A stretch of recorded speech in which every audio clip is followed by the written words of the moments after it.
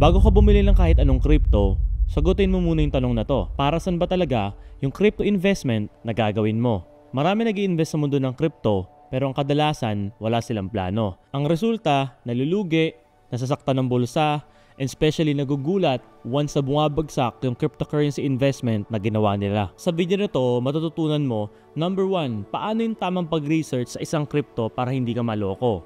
Number 2, ano yung mga red flags na dapat mong maiwasan at dapat mong malaman, especially pagpapasok ka sa isang investment sa mundo ng crypto. At number 3, step-by-step guide kung paano ka makakabili ng pinaka-first ever mong crypto ng safe at legit. Hi guys! Ako nga pala si James Afante, also known as Kuy James or James 3.0. I know sometimes or most of the time guys, especially pag hype ang crypto, madalas marami po sa inyo natetempt or nadadala at gustong pumasok, gustong humabol guys kasi pataas yung mga presyo.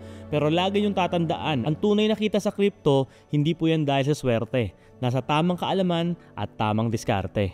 Kaya today, aalamin natin kung paano ito simulan ng tama para sa long-term success mo sa mundo ng crypto. Let's go! Alam ko guys, kapag may nakita kayong bagong crypto projects or bagong crypto token dyan out there, alam ko nakaka-excite talaga yung mga bagay na yan. Ang sarap yan i-flex, especially guys kung nakita nyo na mukhang aangat talaga yung presyo. At kasama ka sa mga unang tao guys na nakadiscover neto. Pero always remember na hindi porket bago guys yung crypto project at ikaw yung pinakaunang nakakita ay sigurado ka ng kikita. Ang dami pong nahuhulog sa ganitong hype. In fact, most of the people guys, dito po sila nabibiktima. Ending sa huli, sila pa yung naiipit. Kaya bago ka mag-all-in guys, pag-isipan mo muna. For example, may nakita kang bagong labas sa cellphone tapos nagandahan ka and ang dami nagsasabi na this is the best phone ever. Pero bago mo to bilhin, dapat alam mo muna kung para sa'yo ba talaga to or nakahype or naiingit ka lang. Alamin mo muna number 1, mabilis ba yung processor, talagang bago pa talaga yung specs neto, or mukha lang tong bago pero mababa rin naman talaga yung specs. May warranty ba to?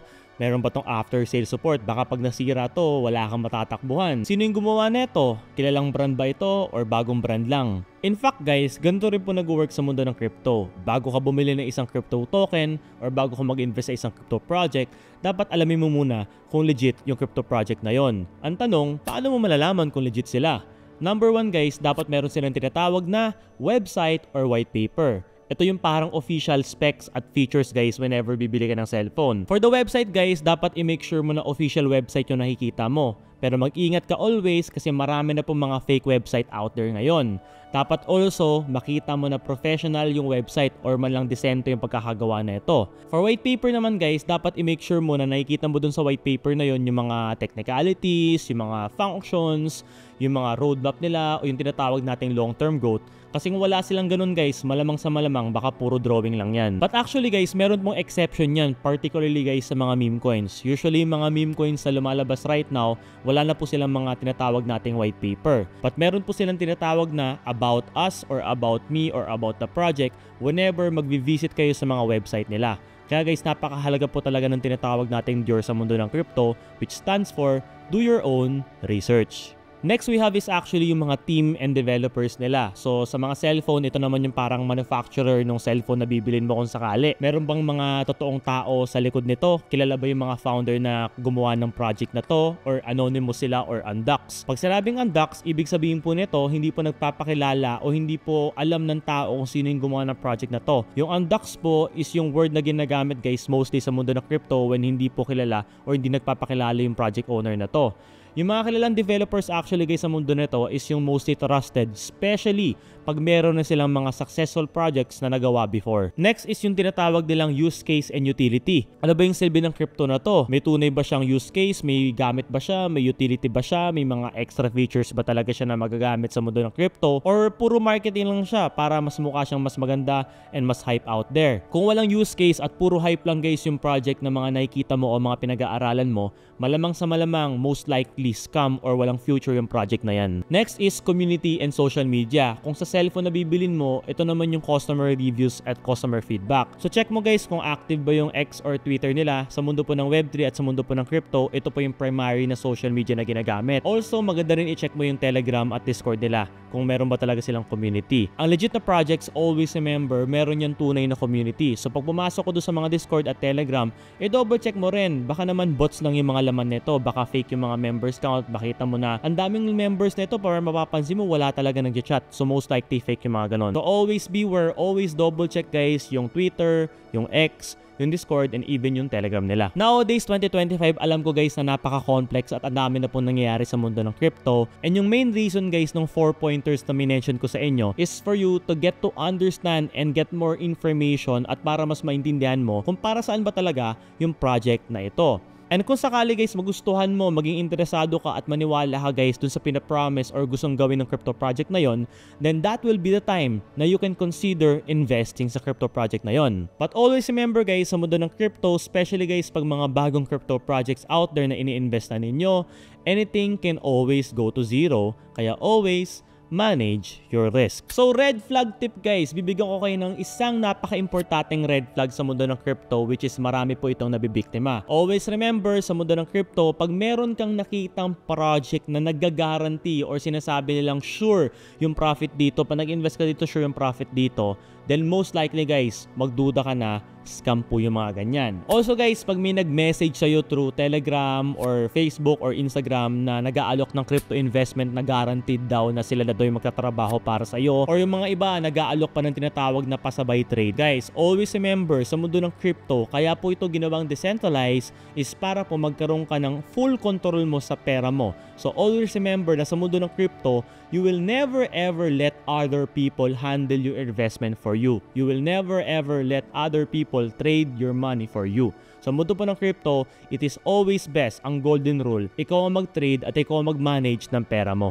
Pro tip guys, hindi mo kailangan guys maging expert sa mundo ng crypto para lumago yung mga investment mo. Sundin mo lang yung mga checklist guys na binigay ko sa'yo, yung especially yung 4 na pointers, at sigurado ako guys na mas magiging ligtas at mas magiging tama na po yung mga crypto investment mo from now on. At kung sakaling duda ka pa rin sa isang project guys, mas mainam nang wag mong bilhin yung project na to. Dahil sa crypto guys, always remember na mas okay na maghintay at mag-invest ng oras guys sa mga tamang project kaysa mag-invest ka ng mali at ending guys may ipit ka sa scam. So as you can see here guys, pinakagawin na lang natin example is yung Bitcoin. So I'm checking Bitcoin price right now using CoinMarketCap. And as you can see here guys, meron kayong makikita sa may baba guys nung tinatawag natin circulating supply. Doon mo makikita yung official website at white paper ng isang project. So always make sure na pag meron kayong iniimbestigahan na isang project or nire-research, you can always go to CoinMarketCap or CoinGecko para i-double check kung ano talaga yung legitimate na website at white paper nila. So yung mga legit na projects usually guys, listed yan sa CoinMarketCap at CoinGecko,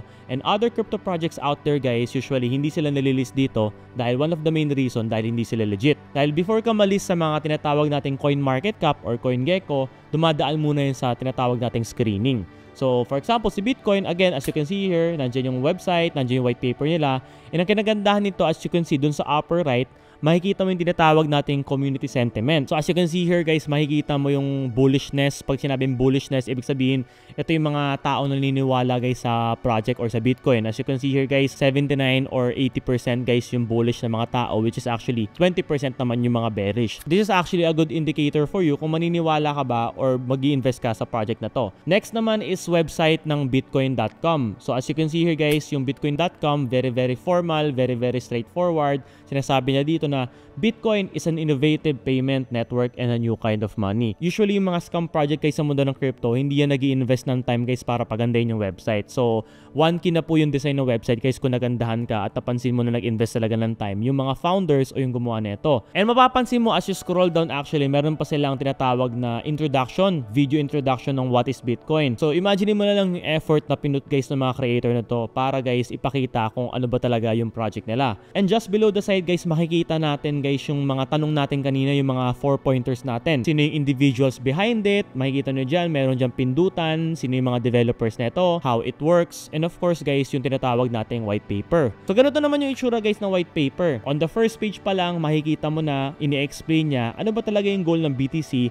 sino yung creator neto, ano yung use case, and at the same time, ano yung utility. Naalala nyo ba yung video ko na sinasabi ko previously na Bitcoin is a financial revolution? It's basically guys the summary ng white paper ng BTC na nakikita nyo right now. If hindi mo pa napapanood yung video na yun guys, you can check my profile and click mo yung video na what is cryptocurrency. Lastly guys, i-check mo yung community. You can see actually Bitcoin is everywhere. They even have forums, may Twitter page din sila, may Facebook page din sila. Makikita mo rin actually guys na nagpa-participate sila sa mga events and even meron silang customer support. So let's check yung Bitcoin forum. Nakikita mo dito guys, you can really see kung gaano karami yung nakikipag-interact and kailan yung mga huling activity nila para makita mo na mas timely. This only shows guys na sobrang active guys ng Bitcoin community na a lot of people actually really do trust it. One of the main secret guys para mag-succeed sa mundo ng crypto is sumali ka guys sa mga tinatawag natin mga crypto community.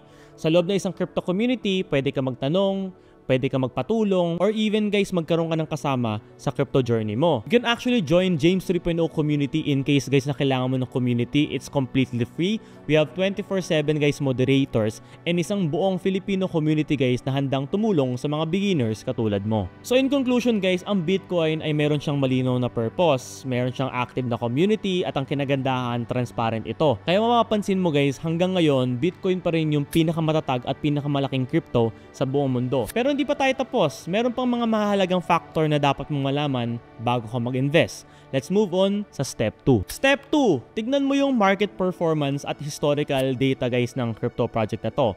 Kung sakali na pasado na yung crypto project na to sa white paper, sa team, or sa community check mo, huwag kang basta-basta magpapadala. It's always best to double check at the same time.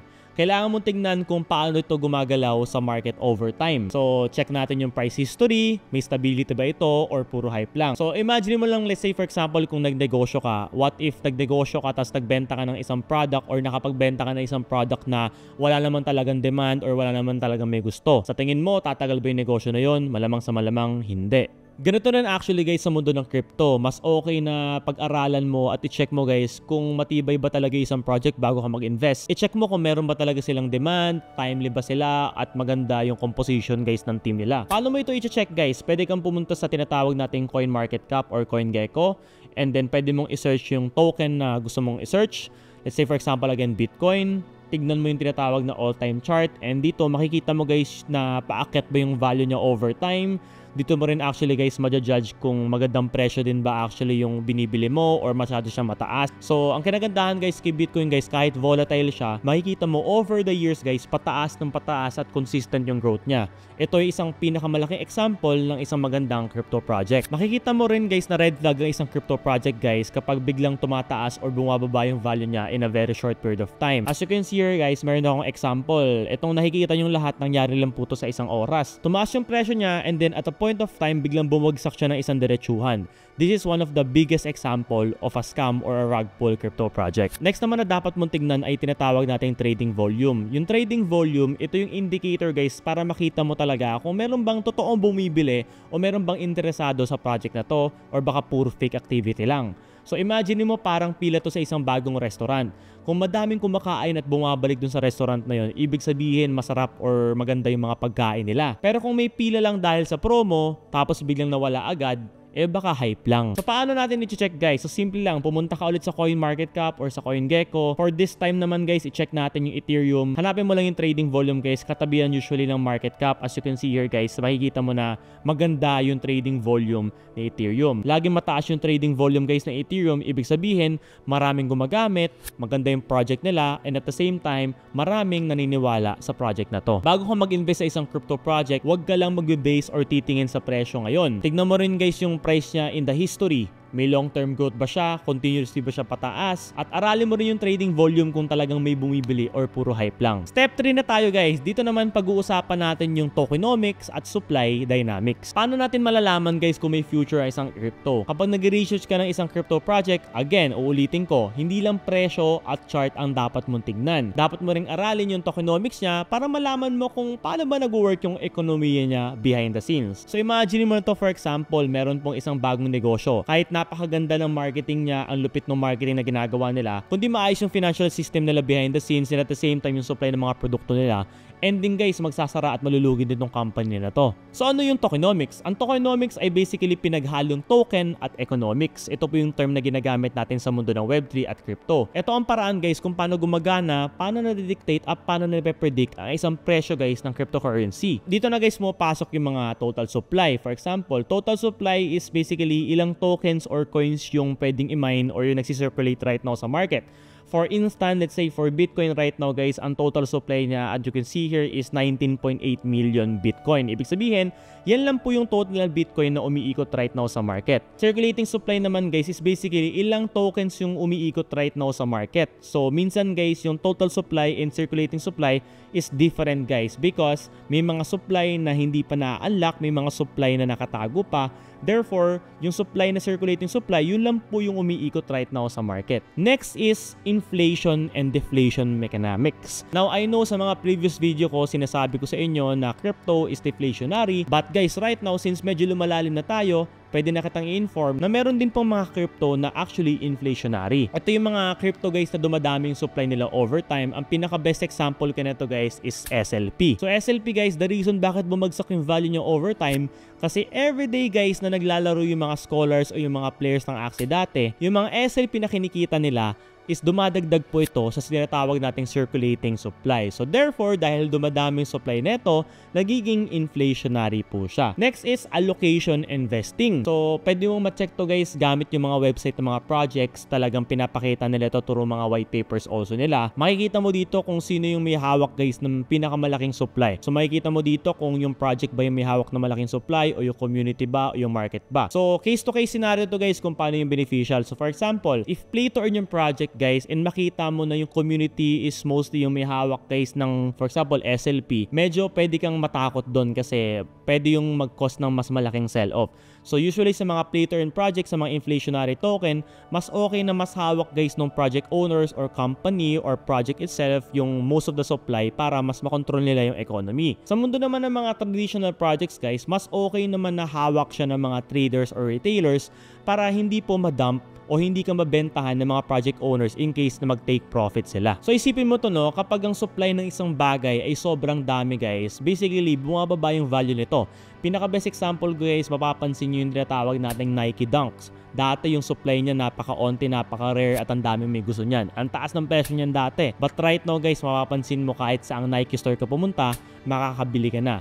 Which means, marami na itong supply kaya nagmura na ito. So kapag napag-aralan mo na mabuti guys yung mga sinasabi kong mga pointers guys sa inyo and finally confident ka na sa mundo ng crypto and nakakapag-research ka na kahit papaano, guys, congratulations! You are ready to buy your first ever crypto.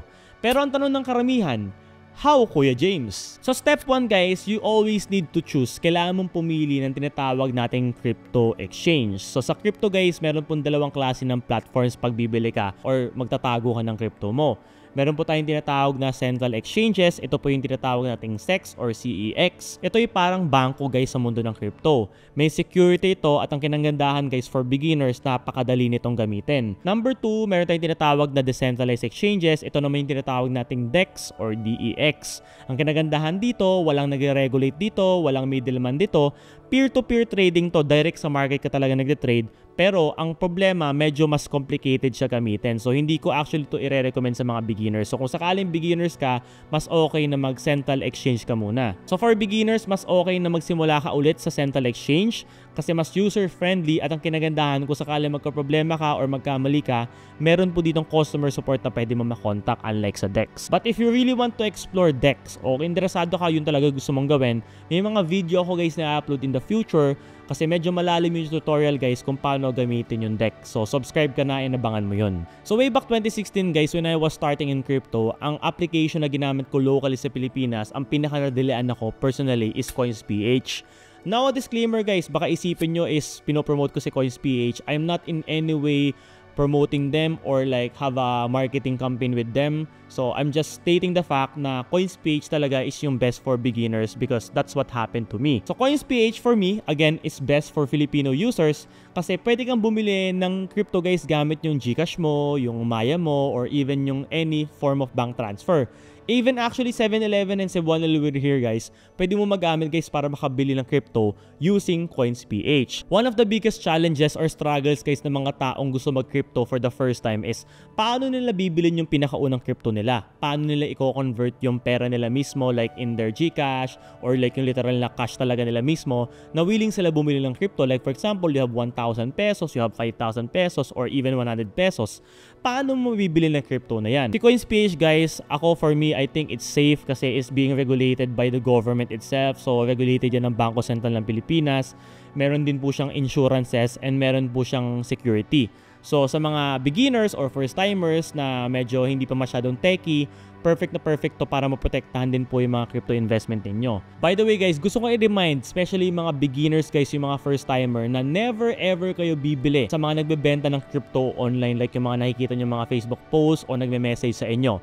Always buy your crypto through a central exchange or decentralized exchange. Kasi guys, sa mundo ng crypto, marami po talagang mga scammer dito and mas okay na gumamit ka ng platform para makabili ka at merong security yung mga crypto o yung mga pera mo. So kung wala ka pang CoinsPH account guys, napaka-simple lang guys. I have provided a link below in the description. You can see there meron dyang CoinsPH. Mag-register ka lang dun sa link na yon. So i-fill in mo lang yung information mo and then mag-submit ka lang ng any government ID, and once na napas mo na yung KYC mo or na-scan mo na yung face mo and nakompleto mo na yung buong process, simple lang, next ang gawin mo, you can download the app. Once na na-download mo na yung app mo, pwede ka na mag-login, and finally, pwede ka na mag-start mag-trade at makabili ng pinaka-first ever mong crypto. So once guys na download mo na yung application guys ng CoinsPH, every time na magla-login ka, meron po yung isi-send na OTP dun sa registered mobile number mo. Ito yung magsuserve as a two-way authentication process maliban sa password mo para double yung security at mas safe yung account mo. Always remember,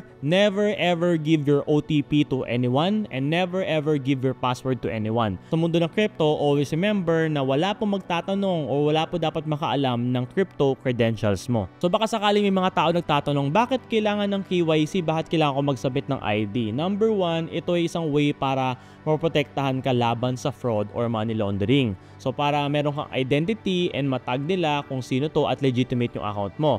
Number 2, para mas madali rin mag-withdraw ng pera in the future dahil kung wala ka pong identity guys sa central exchanges katulad ng CoinsPH, baka mahirapan ka mag-withdraw ng pera dahil baka makita nilang suspicious yung account mo. Number 3, ito na rin na isang way guys para maiwasan yung mga scammer or yung mga criminals.